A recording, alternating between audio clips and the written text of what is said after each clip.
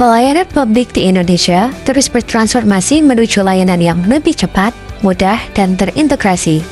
Salah satu wujudnya adalah pembentukan Mall Pelayanan Publik atau MPP yang menyatukan berbagai layanan dalam satu tempat agar masyarakat tidak perlu lagi menghuni banyak kantor. Di Kota Surakarta, MPP dibentuk melalui Peraturan Wali Kota Nomor 16 Tahun 2020 sebagai langkah untuk memperbaiki pelayanan yang sebelumnya dinilai berbelit dan kurang efisien. Melalui konsep one-stop service serta inovasi seperti sistem perizinan elektronik atau OSSRBA, MPP diharapkan mampu menghadirkan layanan yang lebih sederhana dan nyaman. Namun, di balik kemajuan tersebut, masih terdapat beberapa tantangan dalam memenuhi standar kualitas layanan yang diharapkan oleh masyarakat. Karena itu, penting untuk mengetahui bagaimana tingkat kepuasan masyarakat terhadap pelayanan yang disediakan oleh MPP Kota Surakarta. Namun, di balik kemajuan tersebut, masih terdapat beberapa tantangan dalam memenuhi standar kualitas layanan yang diharapkan oleh masyarakat. Sehingga, penting untuk mengetahui bagaimana tingkat kepuasan masyarakat terhadap pelayanan MPP Kota Surakarta. Penelitian ini disusun untuk memberikan gambaran yang lebih mendalam mengenai mutu pelayanan di Mall Pelayanan Publik Kota Surakarta. Tujuan utamanya untuk menilai tingkat kepuasan masyarakat terhadap layanan yang mereka peroleh. Selain itu, penelitian ini juga berusaha mengidentifikasi berbagai aspek yang mempengaruhi kepuasan tersebut, mulai dari fasilitas fisik, reliabilitas petugas, ketanggapan, jaminan, keamanan layanan, hingga aspek empati.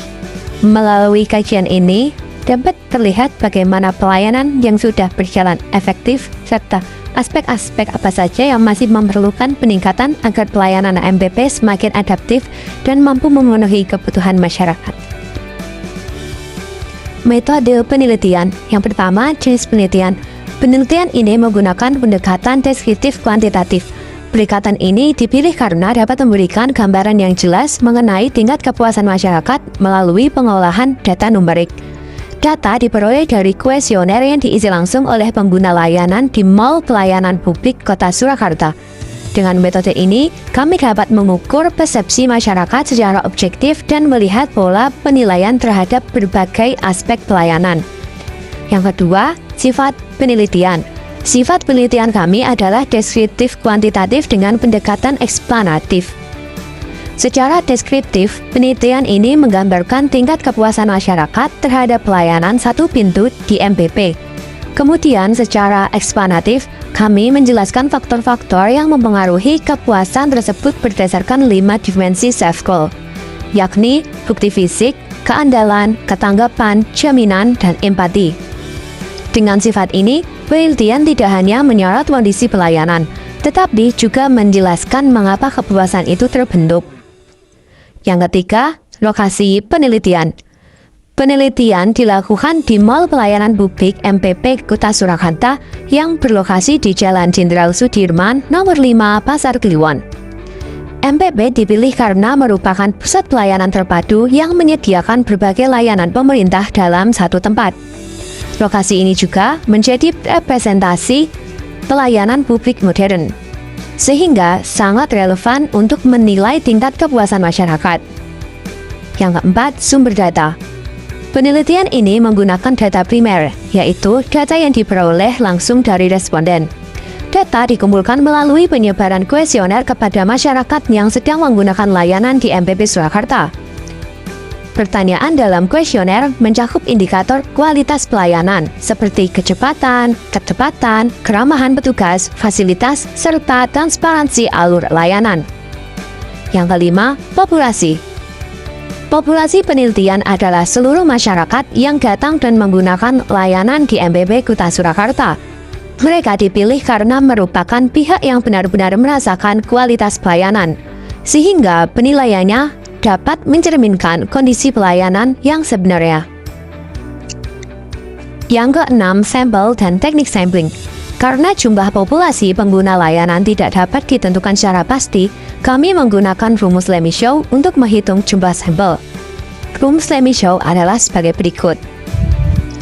Teknik sampling yang digunakan adalah accidental sampling, yaitu siapapun yang ditemui dan bersedia mengisi kuesioner selama sesuai dengan kriteria sebagai pengguna layanan MPP. Teknik ini umum digunakan pada penelitian lapangan dengan jumlah populasi yang tidak diketahui.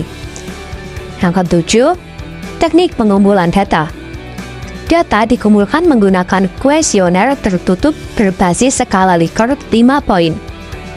Kuesioner disusun secara sistematis agar mudah dipahami responden dan memudahkan peneliti dalam mengukur tingkat kepuasan pada tiap indikator self-call. Dengan teknik ini, peneliti dapat memperoleh data yang cepat, efisien, dan terukur. Dan yang ke-8, teknik analisis data. Untuk memastikan kualitas data, kami melakukan uji validitas guna menilai apakah instrumen penelitian benar-benar mengukur variabel yang dimaksud. Kemudian dilakukan uji reliabilitas untuk memastikan konsistensi jawaban antar responden. Setelah itu, data dianalisis menggunakan metode Strathcole, yaitu membandingkan nilai harapan dan persepsi masyarakat. Selisih antara keduanya menunjukkan tingkat kepuasan. Nilai positif berarti pelayanan melebihi harapan. Nilai 0 berarti sesuai harapan, dan nilai negatif menunjukkan pelayanan belum memenuhi harapan. Uji validitas menggunakan nilai signifikansi atau SIG dengan tingkat alfa 0,05. Berikut adalah tabel hasil uji validitas persepsi dengan R-tabel 0,444. Dan berikut adalah tabel hasil uji validitas harapan dengan R-tabel 0,444. Setelah validitas terpenuhi, dilakukan uji reliabilitas untuk mengetahui konsistensi jawaban responden. Uji reliabilitas dilakukan menggunakan metode Cochrane Alpha. Hasilnya menunjukkan bahwa kedua variabel, baik harapan maupun persepsi, memiliki nilai alfa yang sangat tinggi. Berikut adalah hasil output Cochrane Alpha harapan sebesar 0,650 dan Cochrane Alpha persepsi 0,929 dengan N of item 10. Selanjutnya adalah analisis self-call. Analisis self-call yaitu analisis untuk mengukur kesenjangan antara harapan dan persepsi masyarakat terhadap pelayanan yang diberikan.